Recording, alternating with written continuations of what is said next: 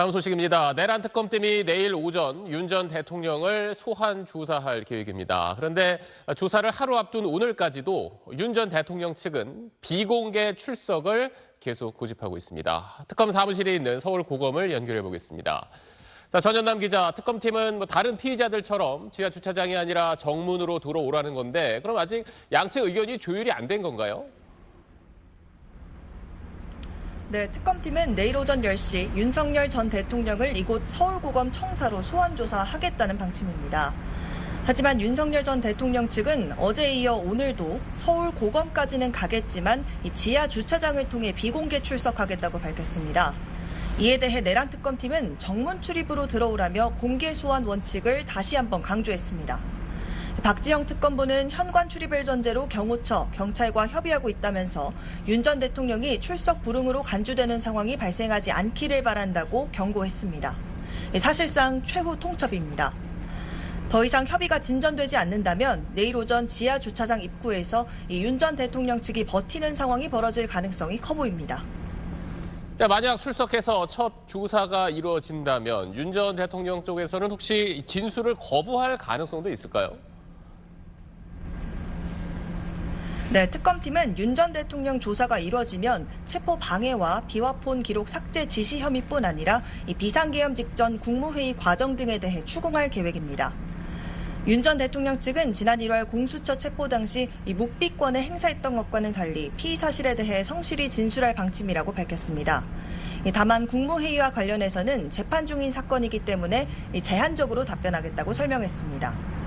한편 내란 특검은 오늘 노상원 전 사령관을 추가 기소하면서 구속영장 추가 발부도 법원에 요청했습니다. 지금까지 서울고검에서 SBS 전연남입니다. 자, 들으신 대로 내일 출석 방식을 놓고 특검팀과 윤 전 대통령 사이에 보이지 않는 기싸움이 이어지고 있습니다. 자, 특검팀은 첫 조사에 지금 어떻게 대비하고 있고 또 내일 윤 전 대통령이 선택할 수 있는 카드는 어떤 게 있을지도 짚어보겠습니다. 김지욱 기자입니다.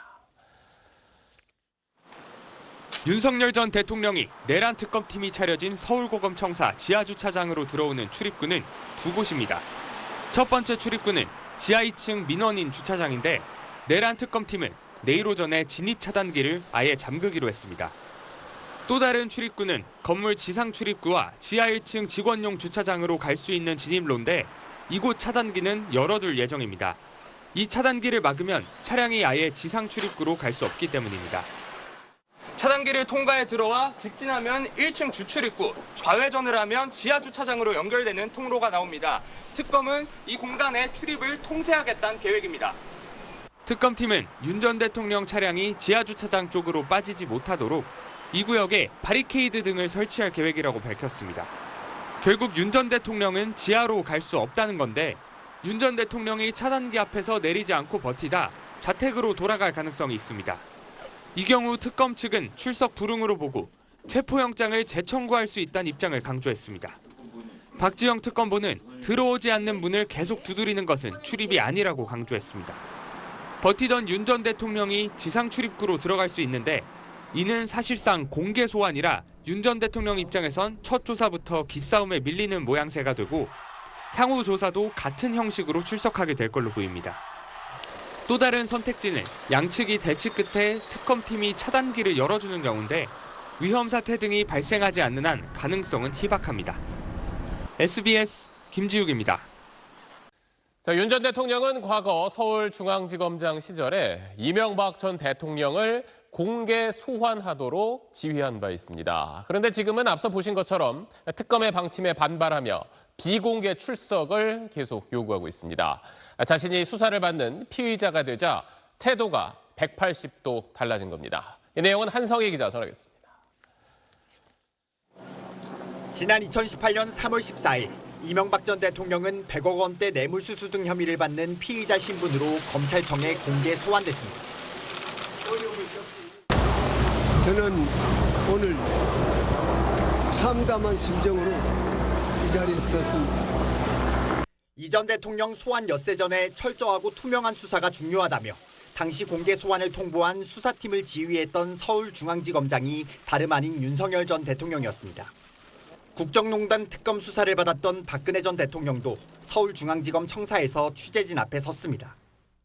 국민 여러분께 송구스럽게 생각합니다. 박 전 대통령을 당시 수사했던 특검의 수사팀장도 윤 전 대통령이었습니다. 그랬던 윤 전 대통령이 정작 자신이 수사 대상이 되자 태도를 180도 바꿨습니다. 취재진을 피할 수 있는 지하주차장 출입을 요구하고 이를 허가하지 않으면 출석에 응하지 않겠다고 반발하고 있는 겁니다. 특검팀의 소환 날짜 공개를 너무 졸렬한 행태라고 지적했고 공개 소환 방침을 수사가 아닌 정치라고 주장하기도 했습니다.